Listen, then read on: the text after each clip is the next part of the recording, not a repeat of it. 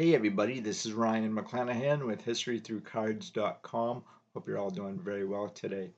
So, I've been very critical of the Football Hall of Fame's voting process over the last year or so, and actually, I'm not alone in this. There was an article that I read quite recently about this, and it comes from Adam Schefter from ESPN. And I want to tell you guys exactly what he had said to apparently it looks like Gray Papke. Um, and this was actually originally posted on Larry Brown Sports. I'm not familiar with either of these gentlemen, but I want to at least tell you guys what this Adam Schefter says about the Hall of Fame process for football, and I want to get your take at the very end, and I'll probably tell you a little bit more about this, or it's my thoughts. So here we go. So he says. I think it's a bunch of BS, Schefter said. I love how these guys get into the Hall of Fame 30 years later and they're not alive to enjoy it. Oh, Ken Riley morphed into a Hall of Fame cornerback within the last year that he got in. Why didn't he get in when he was alive? Ken Stabler, it bothers me.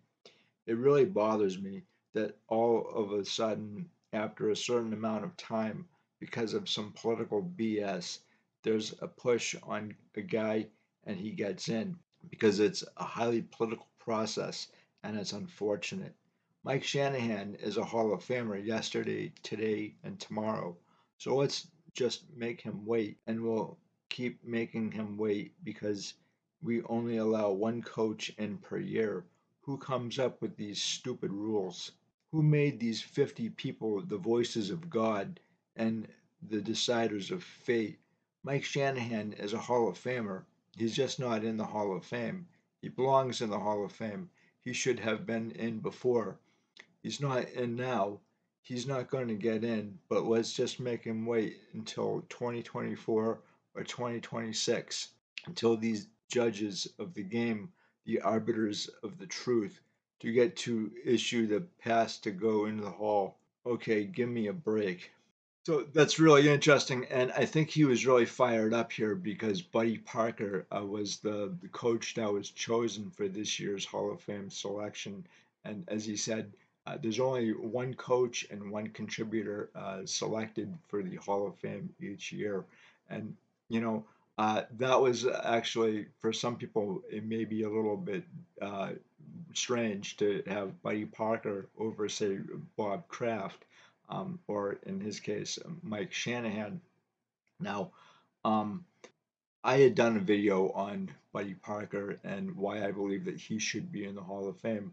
I also believe that both of the guys that I just mentioned, Mike Shanahan and Bob Kraft, should get in as well. I am not a big fan of Kraft getting in maybe this year or next year. I don't like a modern or a coach or a owner who's still an owner or still a coach into the Hall of Fame. I know they did that with Al Davis, but I don't think it should be. There's a lot of weird things that are going on with the Hall of Fame right now for football and actually in baseball as well. From what I've heard and what I gather is that the Football Hall of Fame doesn't really like to have players added or inducted prior to, say, 1980. This is something also that John Mangini and Midlife Sports Cards, both of these guys had gotten to this revelation. I would say something that I kind of missed, and it makes a whole lot of sense now that it's coming from both of these guys. And what they are saying is that we're seeing a lot of modern ball players get into the Hall of Fame, and it's because all these modern ball players are breaking so many records after so many record, and you're not even really finding the vintage guys, the guys who played before 1980.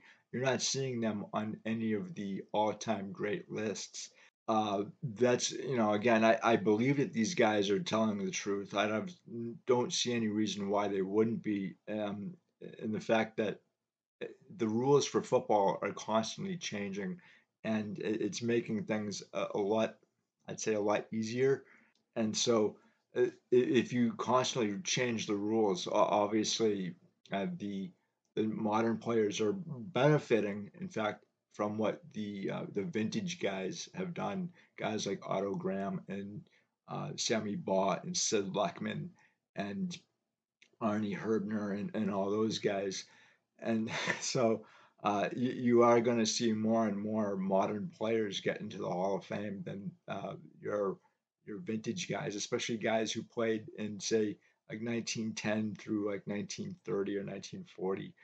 Another really interesting thing that both John Mangini and Midlife Sports Cards had said too was that the Hall of Fame for football does a very lousy job at promoting the history of their game, and it's, I think, something that we can see in real time here when I'm on YouTube.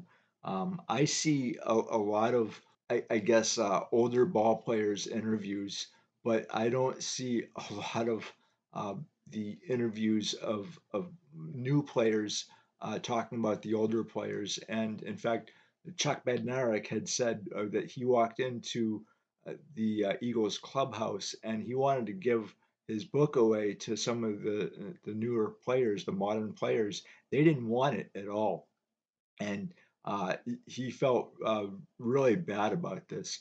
And I would sit down and discuss anything with Chuck Bednarik or any of the other older ball players because if it wasn't for them, you wouldn't have a lot of the stuff that's going on today in football. I'm pretty sure you really need to study history, and it doesn't matter if it's sports history or if it's your own company's, your own business's history. You don't really want to make the same mistakes that others have made, and the only way to do that is to study history. And history doesn't repeat, but it does rhyme. So I'm very upset about really what I'm seeing with the Hall of Fame here. I'm a big Hall guy too, by the way. I think that the Hall of Fame for football and maybe even baseball needs to change, and you need to allow for more players to get into the Football Hall of Fame. Having one or two or three players get in each year, this actually creates a backlog. And so we have at least about 200 players who should be in the Football Hall of Fame, including the man who founded the NFL, which is Ralph Hay, the professional sport I'm talking about. He's the one who got about 11 owners together and founded the National Football League in 1920, although it was a different name back then. And I did a video on Ralph Hay and Jack Cusack as well, who I believe should be in the Hall of Fame. So there are a lot of players that should be in there, and they're not going to be in there. And one thing that I'm again very critical of too is what he had said is that you have players who are really on death's doorstep now, and they may not get in. And what will probably happen is they'll die, and then the Hall of Fame will get them in a few years later.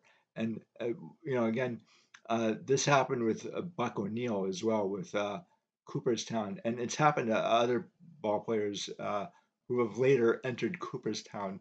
And this isn't right. It's not fair. And you could say, well, I don't think fairness has anything to do with it. So how about this for a perspective? You have Steve McMichael from the Bears, and he's up for Hall of Fame selection. Now, will he get in? I'm not entirely sure, but he's got Lou Gehrig's disease, and he doesn't have a whole lot of time left. I'll talk about Lou Gehrig's disease in another video because there's some really interesting things, comparisons between Lou Gehrig's disease and sports players, specifically football and baseball. However, McMichaels doesn't have a whole lot of time left, and whether or not he gets in this year, I'm not entirely sure. But I can guarantee you, I will be very angry, and I think his wife will be very angry too if he does not get in this year.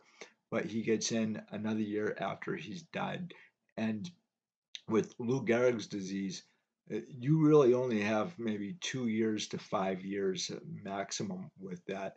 And in rare cases, uh, the 10% that go on to live for 10 years. However, I think that's what this gentleman is actually saying is that you have guys that are known to either be extremely elderly or really on death's doorstep, like McMichaels, and then the Hall of Fame selectors, they bypass these guys.